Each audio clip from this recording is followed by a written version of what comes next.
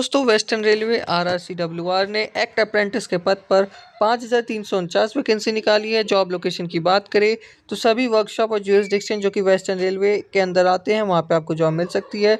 Salary stipend की बात करें जो ऑफिशियल अप्रेंटिसशिप एक्ट के द्वारा सैलरी मिलती है वो आपको मिलेगी सैलरी। और लास्ट डेट की बात करें तो 23 मार्च 2026 है, तो इस डेट को आपको अच्छे से याद कर लेना है और इस डेट से पहले अप्लाई कर लेना है।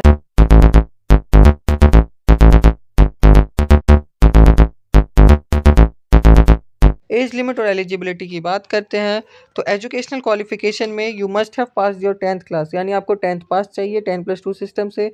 साथ ही साथ आपके 50% मार्क्स आने चाहिए 10th में, यानी किसी रिकॉग्नाइज बोर्ड से आपके 50% मार्क्स आने चाहिए कम से कम।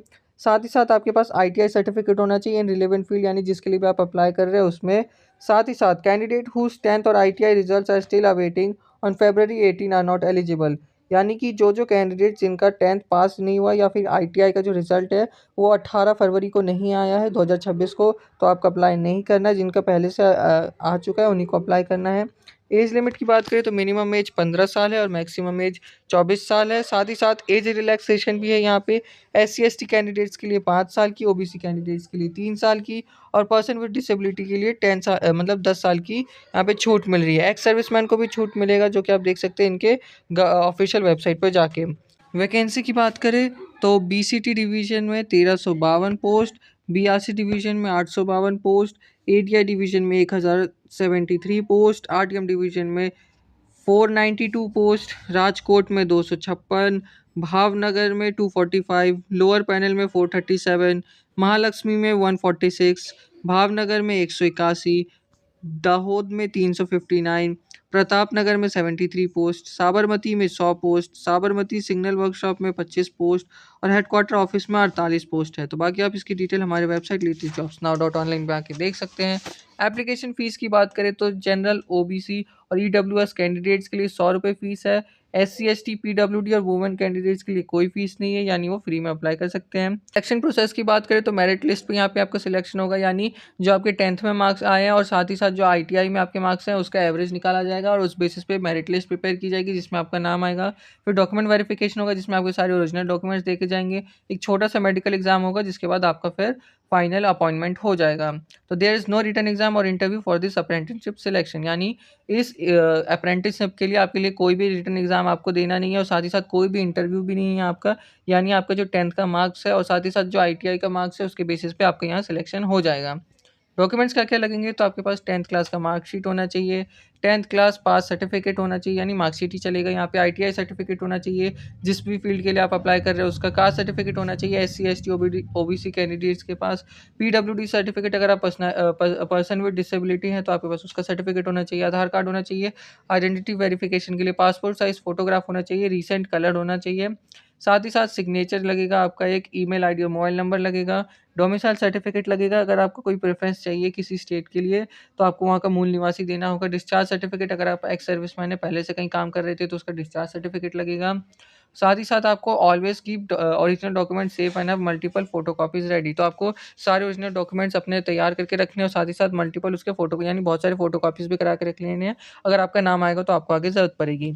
ऑफिशियल एप्लीकेशन स्टेप की बात करें तो विजिट करना है आपको RRCWC की ऑफिशियल वेबसाइट www.rrc-wr.com पे। यहाँ पे आपको हमारी वेबसाइट पे लिंक मिल जाएगा, तो आप latestjobsnow.online पे आके भी इस लिंक पे क्लिक करके अप्लाई कर सकते हैं।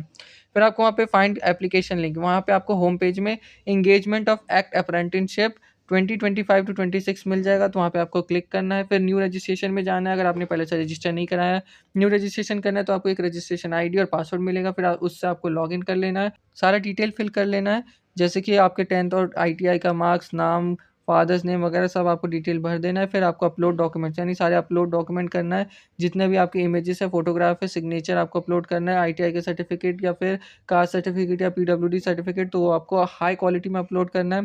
पे फीस, अगर आप जनरल OBC कैंडिडेट्स हैं तो आपको यहाँ पे जो 100 रुपये फ़ी पे करना है वो आपको पे करना है। फिर आपको एक बार फॉर्म को रिव्यू कर लेना है, अच्छे से सबमिट कर देना है। फिर प्रिंट कन्फर्मेशन, जो आपका फॉर्म सबमिट हो जाएगा तो उसके बाद जो कन्फर्मेशन आएगा उसको डाउनलोड करके रख लेना है और उसको प्रिंट निकाल के रख लेना है, आपको आगे ज़रूरत पड़ सकती है। कॉमन मिस्टेक क्या क्या नहीं करना है आपको, तो आपको not reading the full notification, आपको एक बार अच्छे से पूरा नोटिफिकेशन अच्छे से पढ़ लेना है। साथ ही साथ waiting until the last minute, आपको लास्ट डेट से पहले रजिस्टर कर लेना है, क्योंकि उस दिन फिर सर्वर इशू आने लगता है। एंटरिंग रॉन्ग इन्फॉर्मेशन, आपको कोई भी गलत इन्फॉर्मेशन नहीं डालना है, इसलिए आपको एक से दो बार चेक कर लेना फॉर्म को अच्छे से कि कहीं भी कोई गलत इन्फॉर्मेशन ना आ गया हो।